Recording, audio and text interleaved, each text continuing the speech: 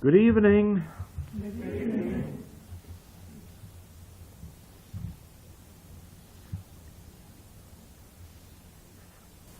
You realize now that whatever of the nature of spiritual good, harmony, wholeness, that is to come into your life, you have to bring in through an activity of your own consciousness.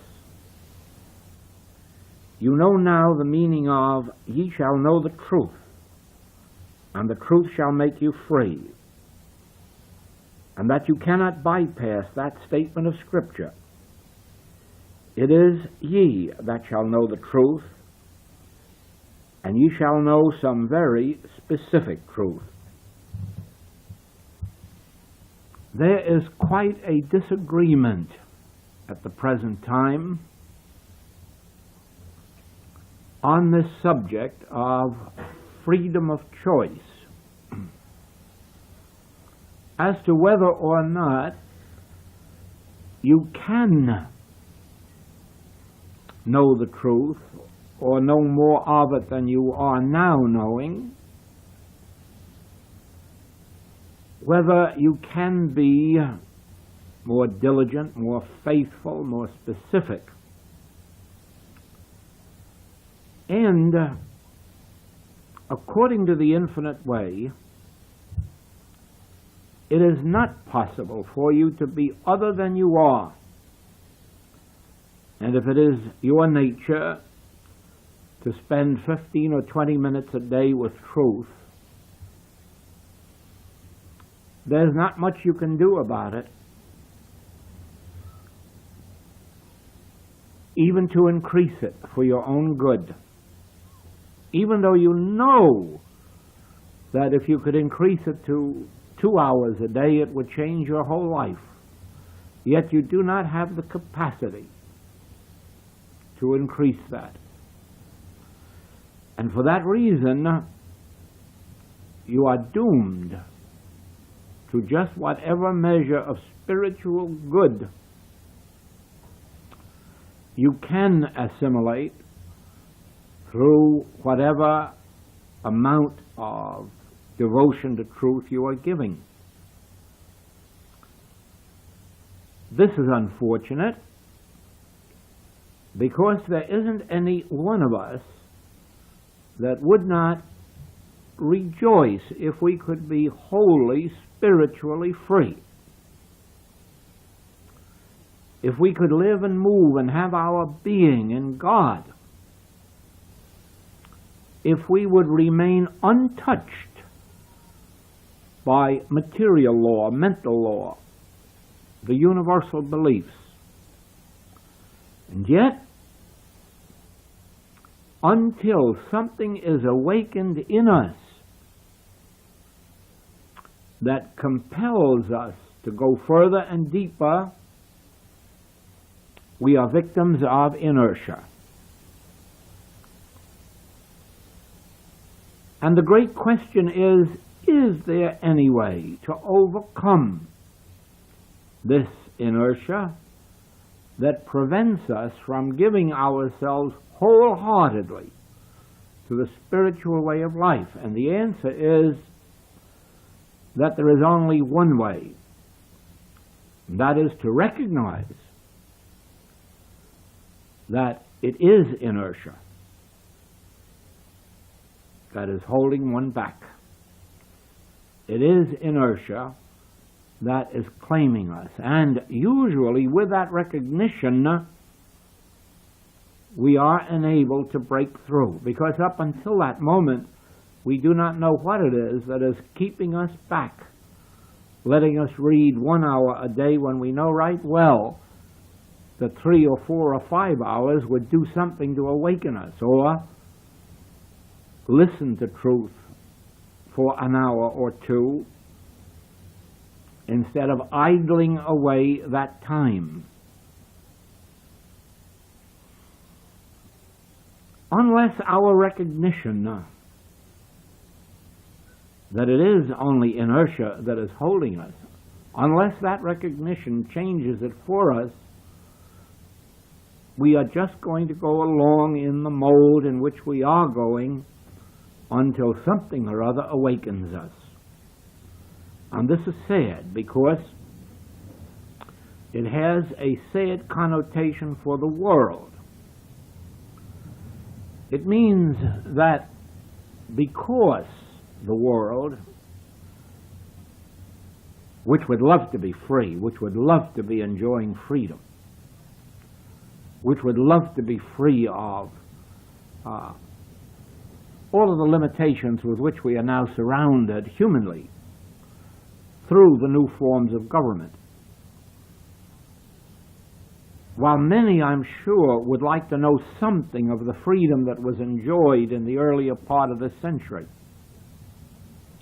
yet the same power of inertia prevents them from doing anything about it. And so it is that we watch our freedom slip away from us, knowing, as one professor brought out last week at a meeting, that the people who are trying to prevent the separation of, or rather prevent the amalgamation of church and state, and who think that by fighting the support of schools, parochial schools to be specific, that they are accomplishing that, are really accomplishing nothing, because mathematics is beating them.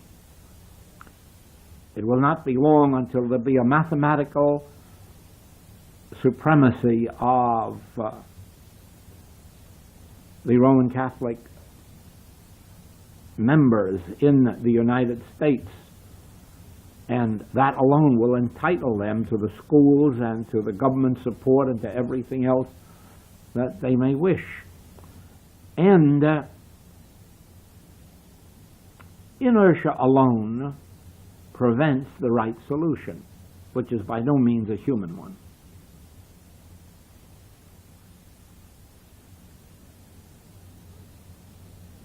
Inertia prevents the Republicans from coming out to the polls, and in England prevents the conservatives from coming out to the polls. Nothing but inertia. There isn't a person who doesn't want what a different form of government would give them. But they don't want it quite enough to go out and vote, even if voting would be the answer, which of course it isn't. Do not forget that regardless of what we receive in the balance of this lesson, do not forget that if there is any reason for us not attaining more of what is promised, it is because we allow ourselves to be handled by inertia.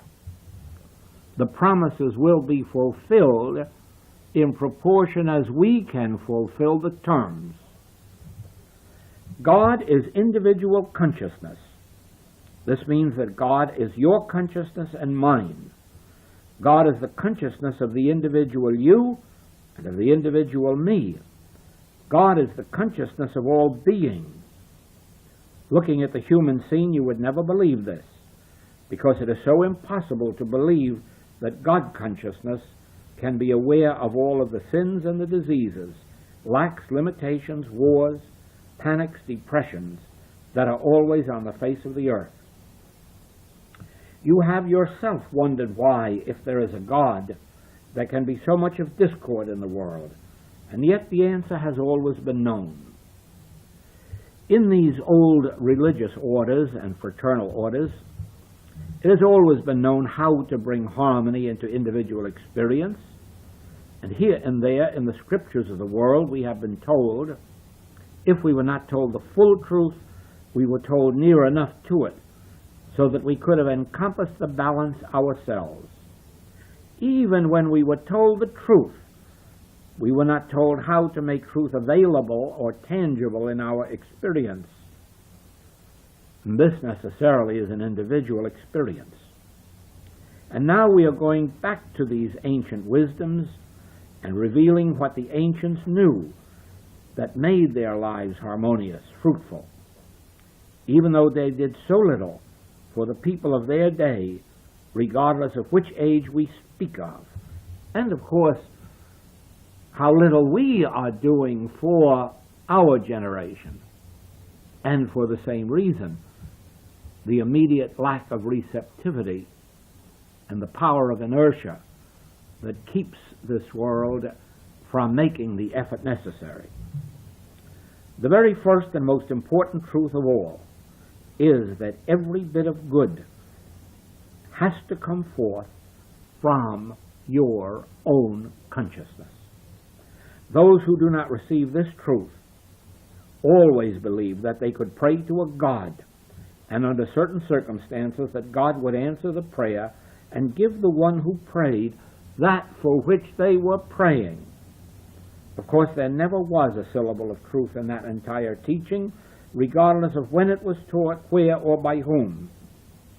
And the fact that all of this praying has gone on these thousands of years without being answered must be its own proof. But always this has been true, that whatever of good is to come forth in the experience of an individual or group or nation must come forth from the consciousness of that individual.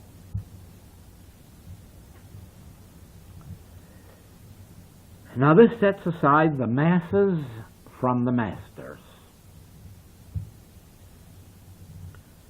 The masters knew. The masters of the Hebrew world, the masters of the Christian world, the masters of the Orient have always known that it is a matter of ye shall know the truth, and the truth shall make you free. They have always known that whatever is to be brought forth in your experience must come forth from your own consciousness. And of course, a master is one in whom inertia is not operating to any great extent, because they can abide in the Word 20 hours a day, 21, 22, 23, and when necessary, 24. And there is no power to prevent it, not even the power of sleep. Now here is exactly what the situation is. In ordinary human life, we are acted upon by universal beliefs. They may be theological beliefs, they may be medical beliefs, they may be scientific beliefs, but they are beliefs, they are not truths. However, these will act in our experience just as if they were the truth, until such time as we ourselves know the truth and thereby become free. Let me explain this for just a moment. The human being awakens in the morning and immediately gets busy about their day's activities. Dresses, eats, leaves for business, works, shops, is busy all day, returns in the evening, eats, talks, plays, retires. And all of this while, what the Master calls this world is acting upon them. If it is a particularly nasty day, there are germs about and he may come home with a cold or a fever. If there is crowded traffic, there may be an accident or upset nerves. Or if there is some contagion or infection about, this may occur in his experience. On the other hand, there may be a big business boom, and from this he may prosper. There may be a period of wonderful weather, and from this he may benefit. Always, whether for good or for evil, the world is acting upon the human being. And all the human being can do is wonder whether it will be good today or bad, whether it will be up or down, rich or poor, healthful or not. The human is not to blame for this. The human has not been taught that it is the activity of our own consciousness that determines the harmony of our lives. Now you are being told a wisdom that has been known to the few throughout all ages, that truth maintained in your consciousness kept active in truth, brings forth harmony. In the Master's words, if you abide in the Word and let this Word abide in you, you will bear fruit richly. If you maintain truth active in your consciousness, you are praying without ceasing. And the activity of truth in your consciousness will come forth as harmony, wholeness, completeness, perfection. When you do not entertain this Word, maintain it in your consciousness, then you are as a branch of a tree that is cut off and withereth. Therefore it is you yourself that determines what your life experience is to be. Remember, as a human being, you have no such choice. You were never taught this. The power of inertia is at work. At most, you were taught that if you were faithful in your church-going, that God would look graciously upon you, if not in this world, in the next. Or that if you obeyed the 10 Commandments. Well, you have lived long enough to know that some of the nicest people in the world haven't had good in this life and hardly dare expect it in the next. But the point is, and this is truth, that you can bring a degree of harmony into your experience in every department of life. The degree is always dependent on the degree of your devotion to this work of maintaining truth active in your consciousness. You may accept this as a statement of truth, that your mind imbued with truth becomes the law of harmony unto your experience and unto the experience of all those who come within range of your consciousness. Also, a mind not occupied with truth is quickly filled with the beliefs of the world, universal beliefs for which you are not responsible, universal beliefs which were here ages before you appeared on earth and merely plague you because you are on earth, as it will plague all those of the future who are not taught that it is an activity of truth in their own consciousness that maintains the harmony of their lives. One exception to this is that, in proportion as we introduce more and more of truth into human consciousness, the next generation will be born with less of inertia, with less of world beliefs to overcome. God functions as individual consciousness when consciousness is imbued with truth. And what we are going to do, and for the rest of this class, we are going to bear witness to this specific truth. We are going to do it in many ways. Let us start with one facet of truth. You will remember that last night we took the first one. God, speaking to you, says, "Son, thou art ever with me, and all that I have is thine." Now this one particular passage must become active in your consciousness for weeks, for months, probably for 2 or 3 years, until the world's belief is overcome within you, that says, first of all, that you are separate and apart from God, secondly, that you lack for something. You see, 2 world beliefs that can forever keep you in poverty. The first is that you are separate and apart from God, and the second, that you can lack.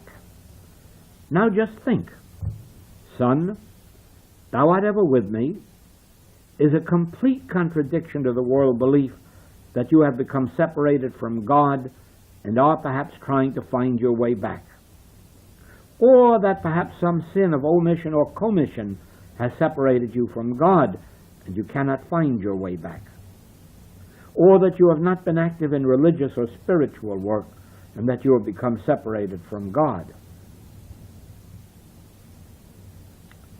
See how many world beliefs operate in your consciousness, which eventually convinces you that you and God are as far apart as the heaven and earth. And how are you ever going to get together? Whereas the truth reveals that I and my Father are one. "Son, thou art ever with me." The place whereon thou standest is holy ground. Just the remembrance of these passages would within not too long a time, if faithfully held to, bring to you again the conscious realization it is true. Where I am, God is. Where God is, I am. Because from everlasting to everlasting, I and my Father ever have been one. I and my Father have been indivisible, inseparable. The mere fact that I have accepted a world belief of separation has never separated us. I and the Father are one, and this truth need only be realized, maintained in consciousness, until something within gives. Human resistance, human disbelief, human doubt gives. And all of a sudden we are interiorly flooded with an assurance, I have never left thee. Before Abraham was, I have been with thee, and I will never leave thee. I will be with thee unto the end of the world. And then you realize, how could I have so forgotten Scripture? These are the words the Master was crucified for giving to the world. No religious teaching before him ever so completely revealed this to the world or to mankind. He revealed it fully and paid the price. It is being revealed to you again, fortunately. We have come so far along in civilization that it is unlikely that any teacher will be crucified or persecuted for revealing this truth to you, although they may be misunderstood and slandered. But it is up to you in that event to know whether or not you have been told the truth, demonstrable truth, truth to which you can bear witness in your experience. Do you see that by neglecting these passages of Scripture and leaving them out of your mind, that you have left your mind open to all of the suggestions that the world can pour in? Whereas if you maintain this truth, if you abide in this truth, if you dwell in this truth, live and move and have your being in the truth that I and the Father are one, and that this is an everlasting relationship, so that the place whereon I stand is holy ground, and there are no human laws or human beliefs of a physical or mental nature that can separate me from the love of God, or the presence of God, or the power of God, and then maintain this in the face of all appearances to the contrary. Oh, I know that on a bright, sunshiny day with a pocket full of money and feeling in good health, that it is a very simple thing to smile and say, indeed, this is all true.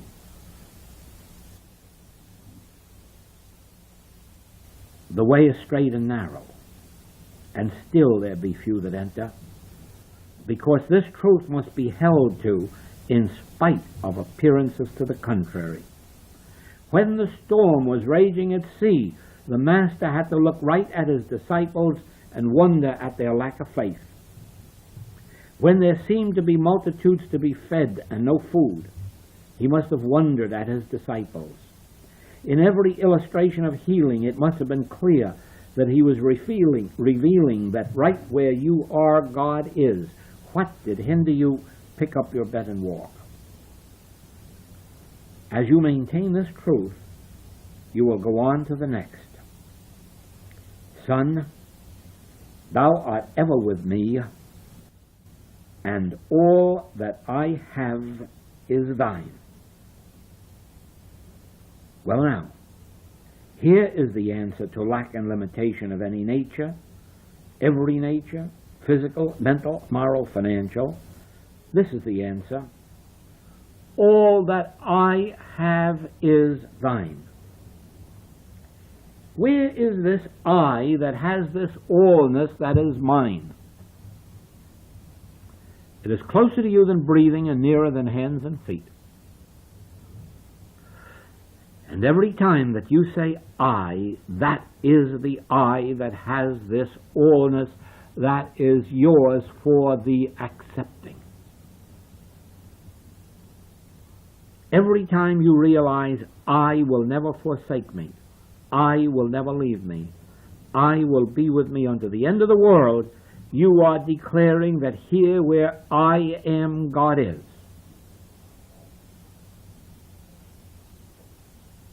Because I and the Father are one, this is the reason that all that I, the Father, hath belongs to I, the Son, because they are not two. And there are not two places. And the Father does not have to send you your good. In fact, He couldn't. It is already closer to you than breathing and nearer than hands and feet. And we must open out a way for the imprisoned splendor to escape.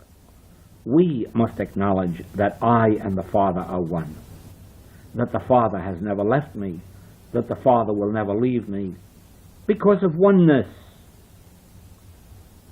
I am your bread, and I am your wine, and I am your water, and I, the Father, and I, the Son, are one.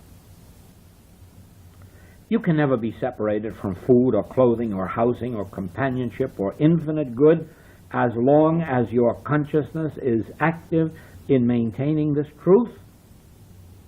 Separate yourself from truth, and you have separated yourself from me, from the I within your being, for I am the truth. Separate yourself from truth, and you have separated yourself from what? From life, from supply. For truth and love and life and supply, intelligence, wisdom, bread, wine, water, meat, resurrection, these are all synonyms one for another. In separating yourself from truth, you are separating yourself from the good of God's kingdom manifest on this plane. But as you maintain truth in your consciousness, you maintain life, love, peace, supply, companionship, wisdom, guidance, direction, protection, infinity itself, but it all depends on your consciously abiding in truth and letting truth abide in you. Knowing this, what could keep you from knowing this truth once in every hour throughout the day and night? And the answer is inertia. Having that answer, see what you can do to deal with it.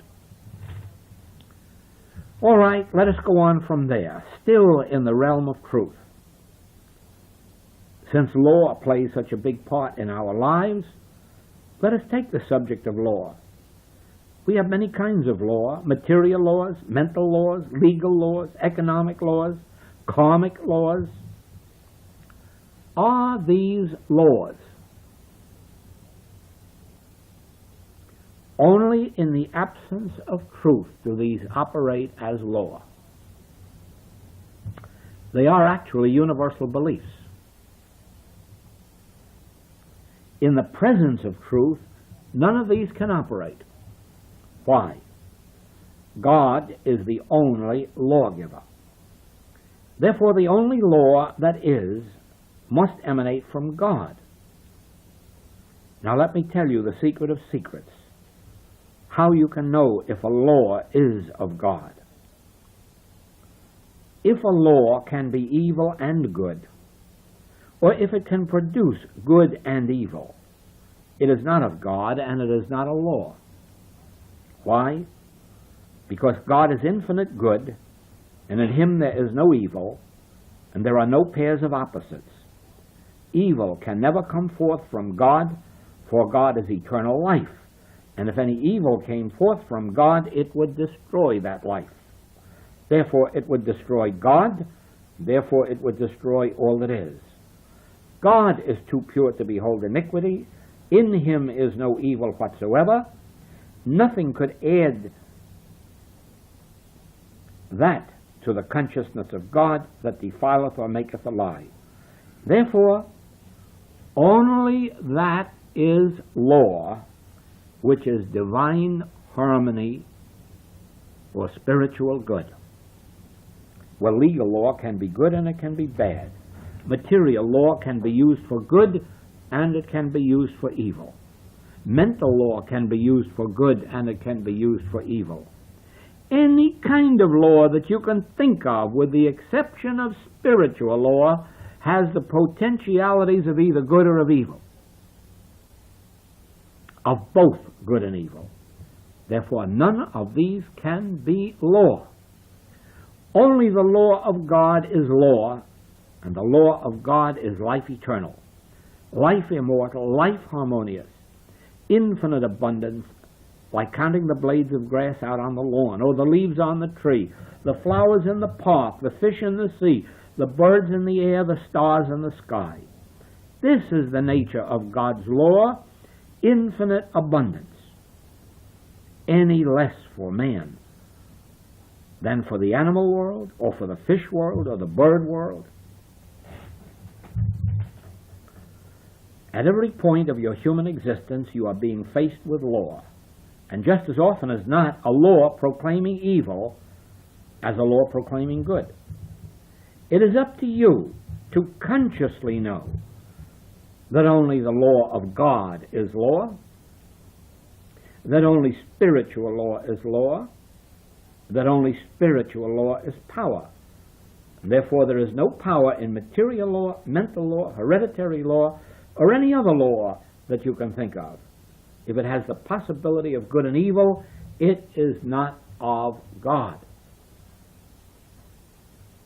You notice that in mathematics, 2 times 2 are always 4, and therefore it is neither good nor evil. It is just an eternal 4. You will notice that in the law of like begetting like, there are no exceptions. And this is neither good nor evil. It is just a law that potatoes must come forth from potatoes, roses from roses, apples from apples, white from white. This is a law, and it is not good and it is not bad. It just is. And it eternally is without an exception. Music has its do, re, mi, fa, sol, la, si, do, and there is no exception. They are each a full and complete note, always the same. The fact that we do not always express them, the fact that we may make mistakes, has nothing to do with the law. The law is absolute, and it is neither good nor bad. It is just the law. It is what it is.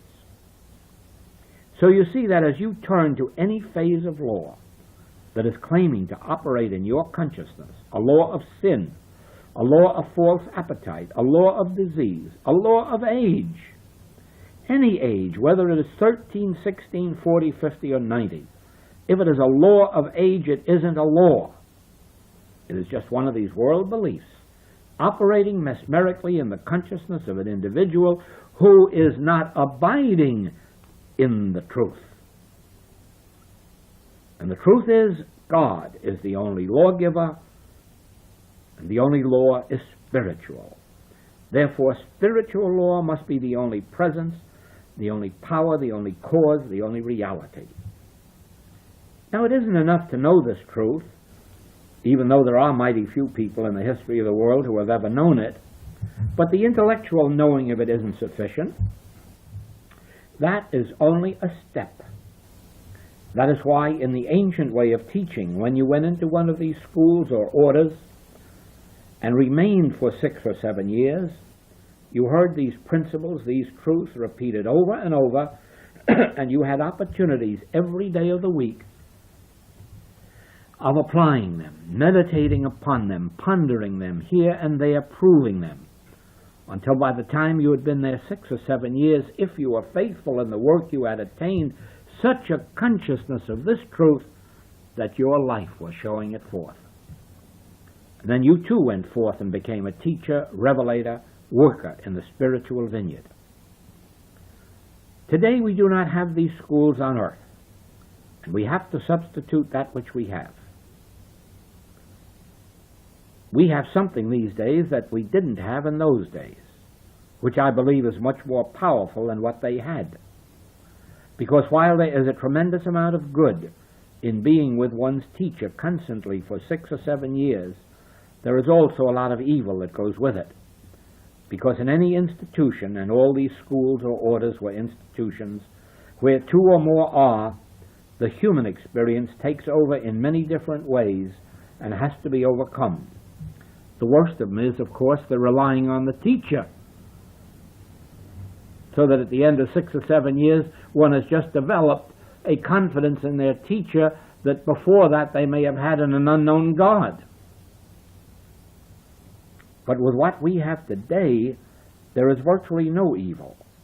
But we do have to work a little harder to attain the good. And what is this we have? We have the printing press. We have tape recorders.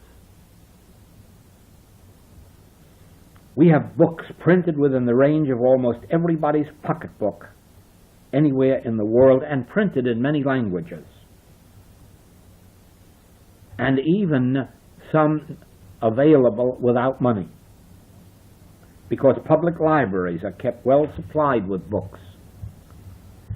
In our particular work, in addition to the books, we have tape recordings available to those who have money to purchase them, those who have less money to hear through the dedication of those students who can make it possible for them to be heard.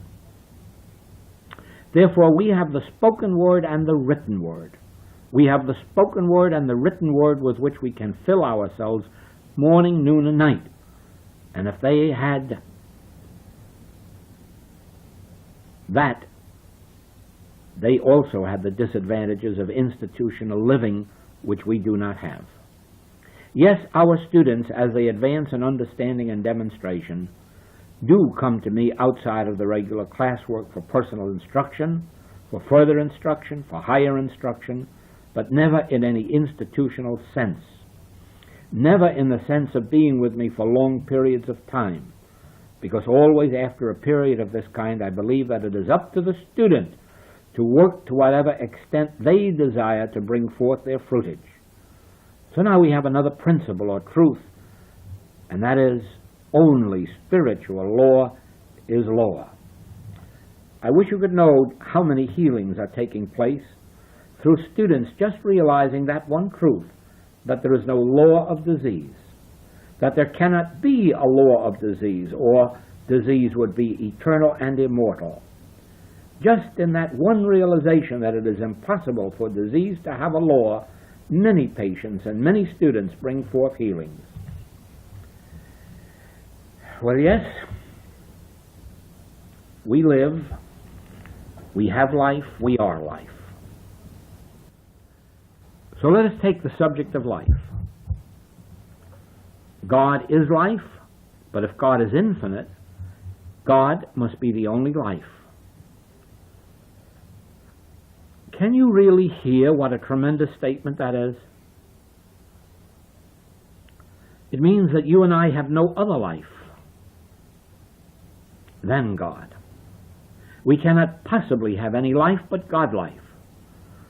For if God life is infinite, it must be the life of all that is, human, vegetable, animal, or mineral. One life, God, and that immortal and eternal. Just think of abiding in that truth, just for a few minutes every day, for a year or two. God is the only life. God is my life, your life, his life, her life. God is omnipresent life. God is spiritual life. Think what that does to your consciousness or mine when it is maintained as against the world belief that we are 100 people, that there are 100 lives here, and some are young lives, and some are middle-aged, and some are old. Some are beginning lives, and some are getting ready to be ended lives. That is the world belief, and we succumb to that belief unless we live filled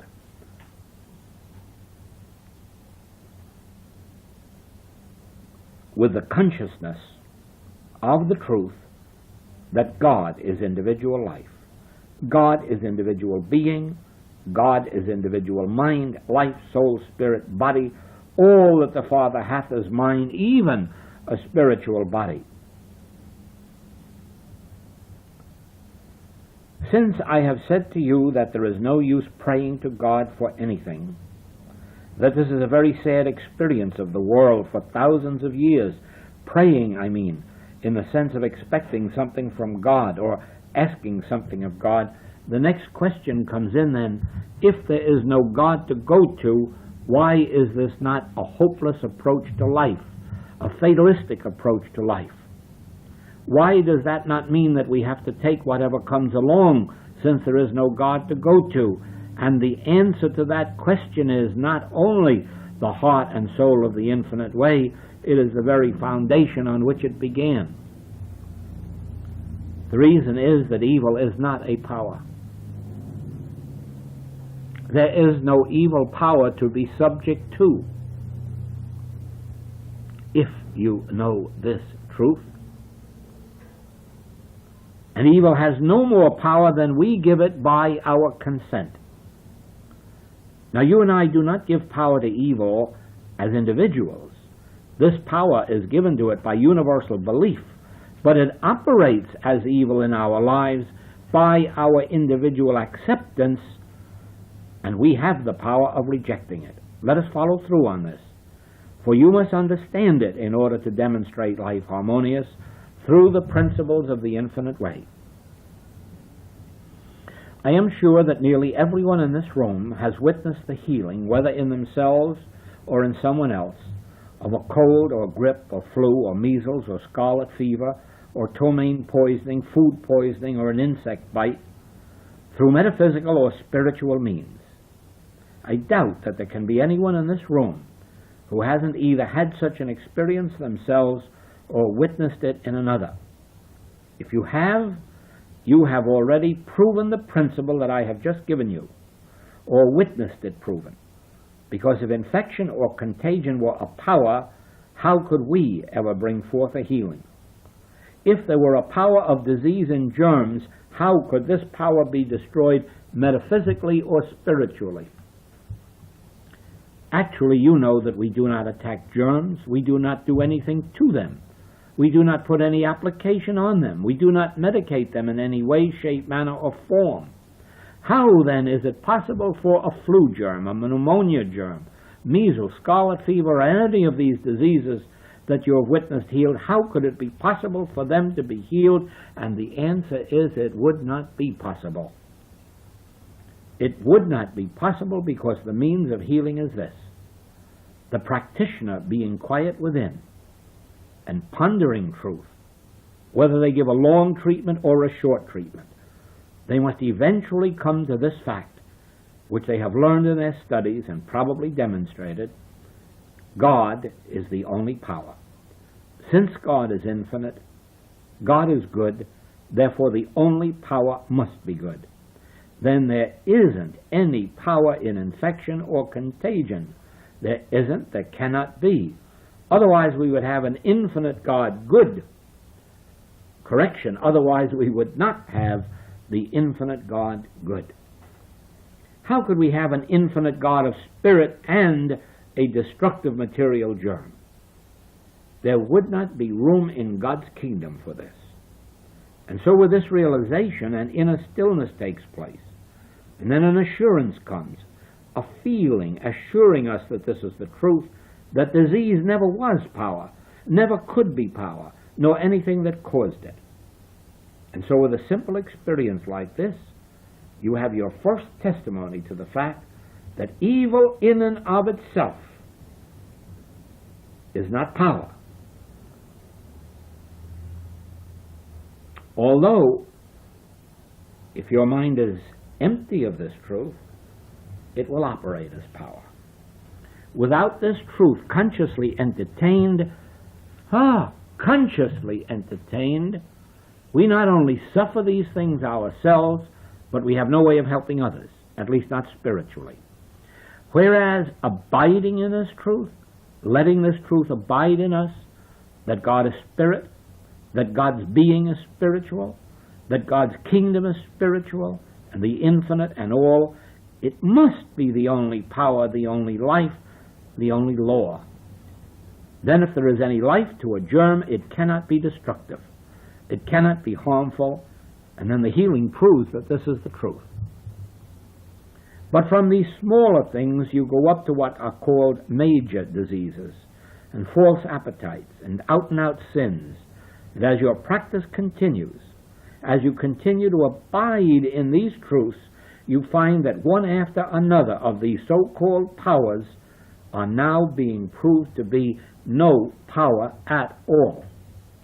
Not always easily, not always quickly, because remember, you are building a consciousness as you go along. then you come to the point that separated the infinite way from all other metaphysical or spiritual healing methods. You see, this point which I have just given you is common to all of the metaphysical and spiritual teachings. I mean, it would make no difference which spiritual or metaphysical teaching you would turn to, you would find this same principle in some measure, although seldom will you find it actually practiced. And you would find that your treatment would have to include this truth that God is infinite, God is all, and beside God there is no other. God the only power, God the only law, so there can be no other power, there can be no other law. There can be no such thing as destructive life, injurious life, deathly life. But this is only one of the simpler forms of demonstration. When you come to others, you will find that more is needed. And it is that more, that something additional, that revealed itself to me, that set my work apart from all other metaphysical and spiritual teachings, and eventually brought about this message of the infinite way and its specific healing principles. Not only healing, but living principles. I mean principles whereby we live, even if we're in perfect health. And here it comes. Evil is not personal. It does not belong to any individual on the face of the earth, and never has. And therefore there is no evil in you to be uncovered, to be healed or removed. There is no element of discord in you that needs to be uncovered or changed. God constitutes your being, and from everlasting to everlasting you are spiritually perfect. And there is no evil in you whatsoever. Therefore, it is not necessary for you to be more loving or more kind or more just. It is not necessary for you to be more pure or more honest. It is not necessary for you in any wise to be improved, because God constitutes your being. God is all there is of you. And now I hear you. I hear every one of you out there saying, you do not know me inside. Ah, yes, I know that. I know all about that. I know that there isn't a person in this room who measures up to that standard of spiritual perfection which I have just stated, including myself, if you don't mind.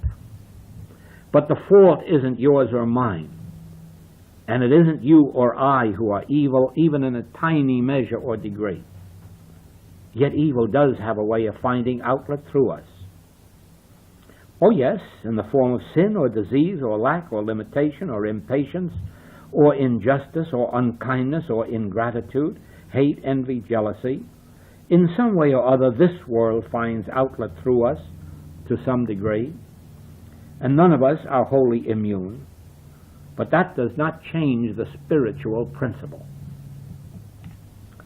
The reasons that these discords continue to find outlet through us, even in a measure, is that we have not learned how to deal with them and how to free ourselves of them, and we never can accomplish it by human wisdom or human might.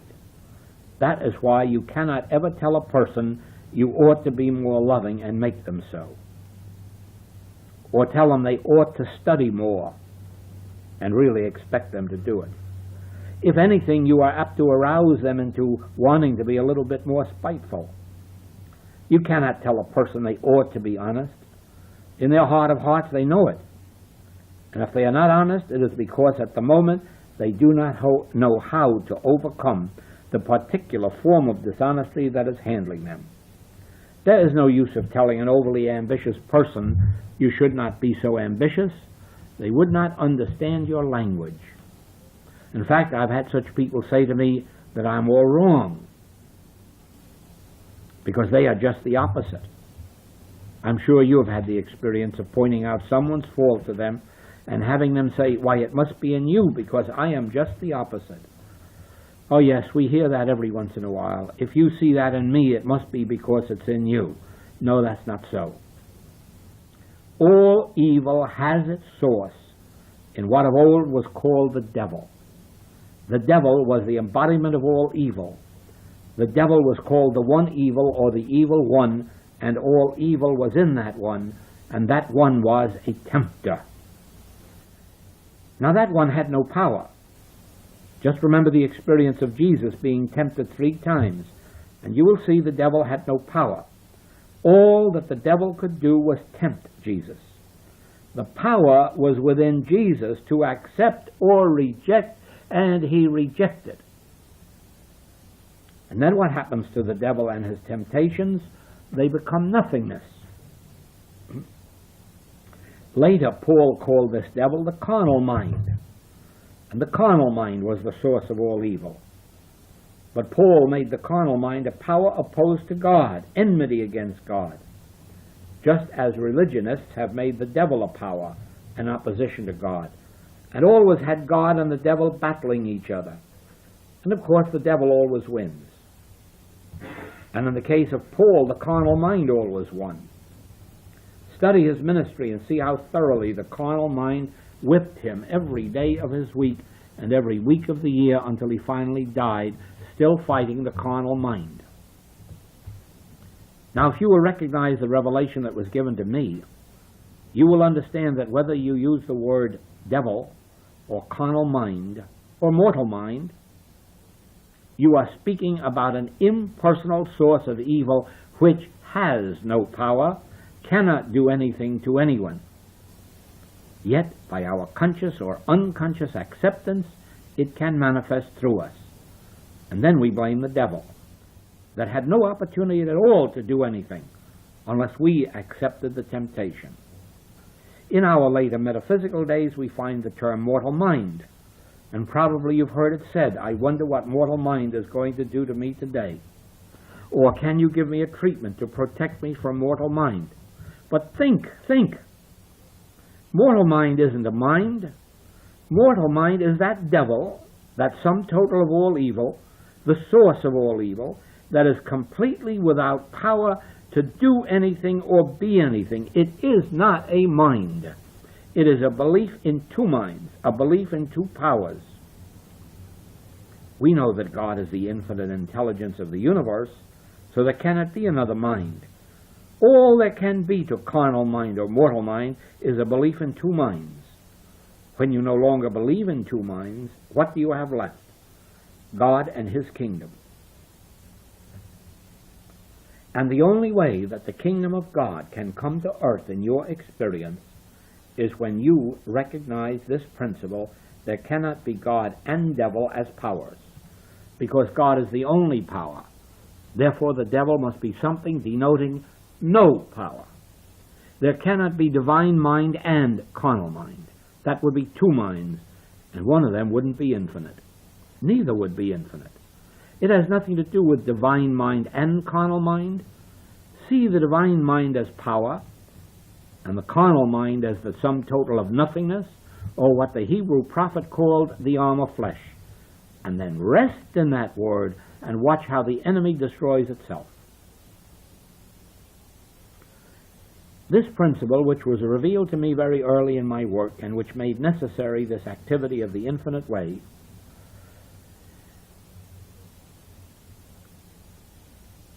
could not be accepted elsewhere when it was offered. This principle upon which our work was based is that God constitutes individual being, and therefore there is never any use of looking to you for evil or for the cause of evil. There is no use at all to say that your wrong thinking did this. There is no use at all to say that, oh, if you were more loving, you would be healed. Or if you read 20 more pages of my book today, you could be healed. Or if you tithed, or if you went to church. Do you not see that all of this would be predicated upon the belief that there is an evil and that it is within you? You might as well then go back to psychology and fail with it, because that is all it claims, is that there is some evil in you, and if they can just find out what it is and get it out of you, you'll be well. And so far they have not found out what it is nor how to get rid of it. Or if they have found what it is, they still haven't found how to get it out of you. And that doesn't do you any good. But the infinite way does do you good if you can understand clearly that God constitutes individual being, and do not go around condemning, criticizing, judging, even though it is humanly deserved. For like you and me, They are not responsible for their particular ills any more than we are responsible for ours, except through and because of our ignorance of truth. And there is one more passage that I'm going to give you to live with, and that is, I am come that ye might have life, and that ye might have life more abundantly. Because if you can live with that passage until you actually realize that I, at the center of your being, am the very Christ that is the healing, reforming, redeeming influence in your experience, you will learn to rest in it and let it perform its ministry within you. Thank you.